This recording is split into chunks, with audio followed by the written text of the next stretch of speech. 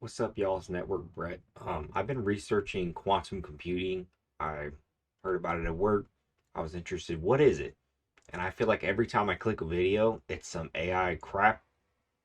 They're not really explaining anything. Excuse the outfit. I was in bed, like, I have to go do this video. So I made a quick PowerPoint explaining my understanding of quantum computing, qubits, that type of thing. It is unbelievably complicated. If you go to the Wikipedia page, it doesn't really make sense. I'm going to try to explain it in simple terms so you can have an idea of what it is. This is not a lecture on it that is going to make you understand it or be able to program the next quantum computer. It's just a guy trying to understand it because I didn't, and all the resources I found didn't explain it either. So I'm going to get into it. Quantum computing explained in simple terms.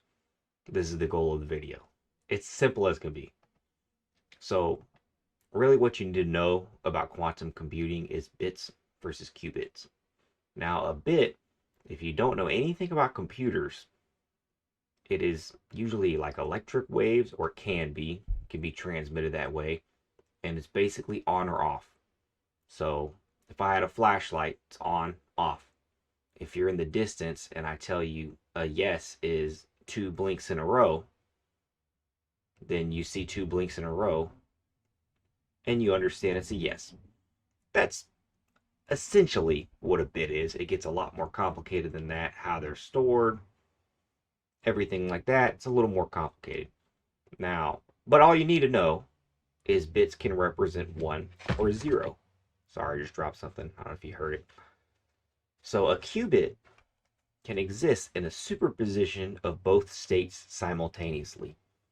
So it can be basically like a percentage of a 1 or a 0. It can be 50% 1, 50% 0. It doesn't have to be the same numbers, though. It could be 50% 1, 60% 0. So it's kind of weird to wrap your head around, and I think that's the complicated part that just doesn't make much sense, but you more so need to know the implications of it. Qubits further explain just this is kind of the typical picture they use where it can be representative of many different things. They actually use it as complex numbers. It's hard to visualize. Very, very confusing. Complex numbers are confusing by themselves, but yeah, two complex numbers are used to describe a probability. It's probability amplitude. Whatever that means, it's a little bit of jargon. So, yeah, like I said, it can be percentages of 1 and 2. I have this little formula that I found. This is what a qubit can represent. And unless you're really deep in the math, I mean, the odds that you know what that means, I don't fully know what that means, but it's a representation of percentages of things. Anyways, let's get down to how bits represent data. So one digit, you can have two possibilities. It's on or off. Two digits, you can have four possibilities. So you have, it could be 0, 0, 0, 1, 1, 0, 1, 1. So with two bits, like a two-digit bit, you can represent four different things. Three digits, you can represent eight possibilities. And it just keeps going up. It keeps getting more complex because you can have different strings. As you see here, there's a lot more with three digits versus one. The difference between qubits that is important is that it can represent one qubit can already represent the equivalent of two bits. So one qubit can be 0, 0, 0, 1, 1, 0, 1, 1, where that took two bits.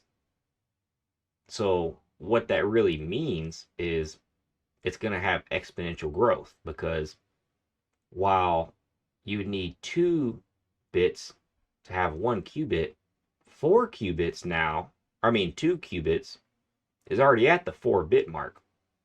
You can represent 0, 0, 0, 1, 1, 0, 1, 1. So I didn't draw them all out, but the 4-digit one, which could represent a lot, in bits, 2 qubits can do the same job as 4 bits. I mean, this might be oversimplifying things. I'm sure it's more complicated if you're really in the depth of it. But this is the basic concept, is that 1 qubit can represent more than a bit can. So, because it can represent more, it just grows exponentially. This little graph was taken from Full Stack Quantum Computation.tech.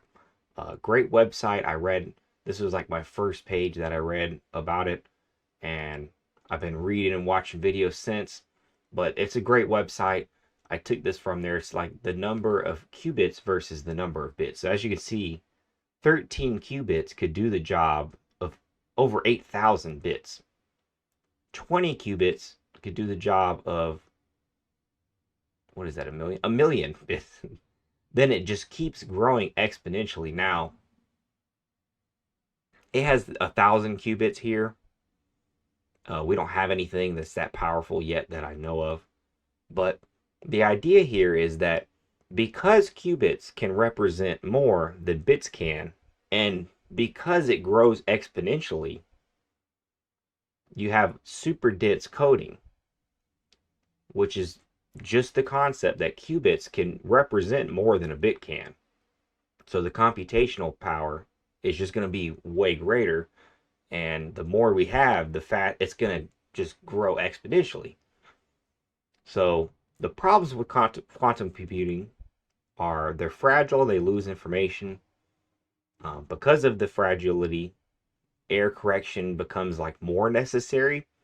So where with bits you don't have much error correction, because I mean there is some, but it's on or off. It's pretty simple. There's not much that can go wrong. This is way different. So you have to spend more computational power or whatever doing error correction, and it needs to be done in absolute zero temperatures or close to.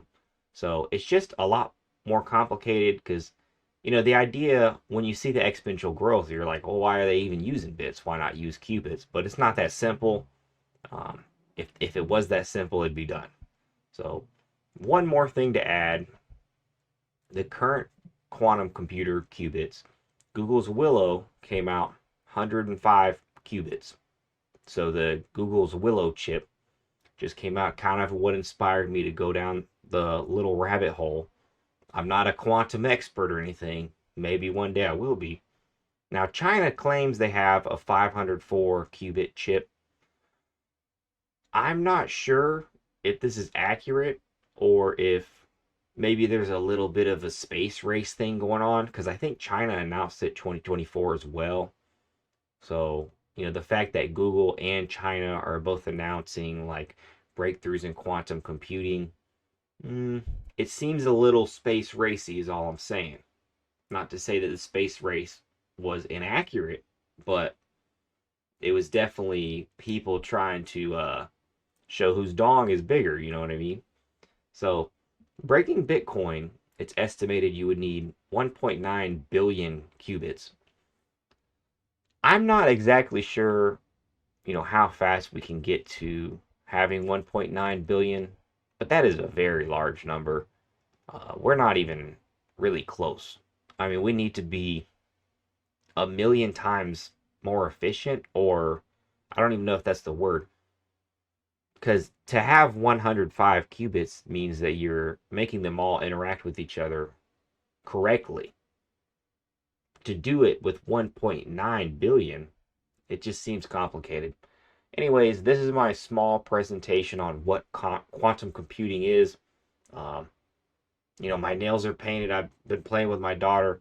I was sitting in bed in my onesie, and I thought, somebody needs to explain this for the people, because nobody else is explaining it. It's a bunch of AI crap videos, I'm telling you. So, I'm just winging it.